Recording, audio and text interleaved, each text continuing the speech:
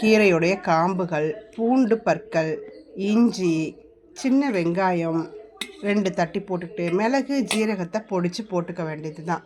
இது எல்லாத்தையும் போட்டு நம்ம நல்லா கொதிக்க வச்சுட்டு இது கூட இறக்கி வச்சு கொஞ்சமாக லெமன் ஒரு சும்மா ஒரு 1/4 டீஸ்பூன் போதும். இல்லைன்னா ஒரு ட்ராப்ஸாகவே நீங்கள் ஒரு 10 ட்ராப்ஸ் 5 ட்ராப்ஸ் அந்த மாதிரி. ஏன்னா இரும்பு சத்தை அப்சர்வ் பண்ணக்கூடிய ஒரு விஷயம் எது அப்படின்னா இந்த விட்டமின் சி. இந்த விட்டமின் சி லெமனில் இருக்குது. அந்த லெமனை எடுத்துக்கும் பொழுது இந்த இரும்பு சத்துக்காக நம்ம எடுக்கக்கூடிய இந்த பானத்தை உடம்புல நமக்கு உறிஞ்சப்படுவதற்கு அது ரொம்ப உதவியாக இருக்கும். அதனால் இந்த மாதிரி நம்ம இதை எடுத்துக்கிறோம். இந்த காம்புகள் கீரைகளோடு சேர்த்து போடும் பொழுது இரும்பு சத்தும் கிடைக்கும். 2வது கொலாஜன் அப்படின்னு சொல்கிறது நம்மளுடைய இளமையை தக்க வைக்கக்கூடிய ஒரு விஷயம்.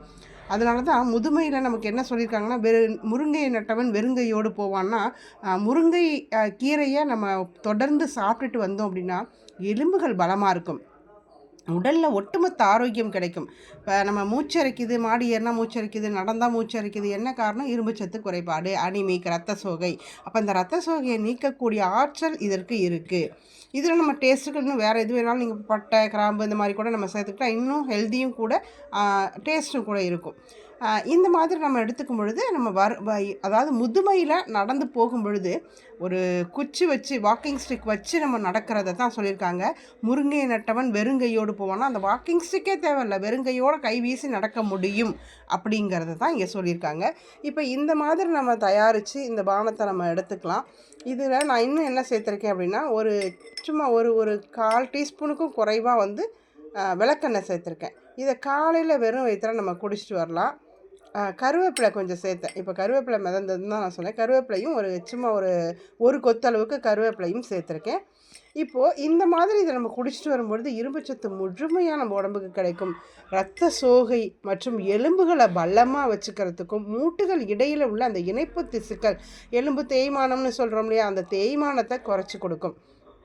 அந்த எலும்பு தேய்மானங்கள் இல்லாமல் அந்த எலும்புக்கு இடையில் உள்ள அந்த பசைத்தன்மைங்கிறது மீண்டும் உருவாக்கி கொடுக்கக்கூடியது இதில் சேர்த்துருக்கக்கூடிய இந்த முருங்கைக்கீரை, முருங்கை காம்புகள் மற்றும் விளக்கெண்ணெய். இதற்கு இந்த ஆற்றல் உண்டு.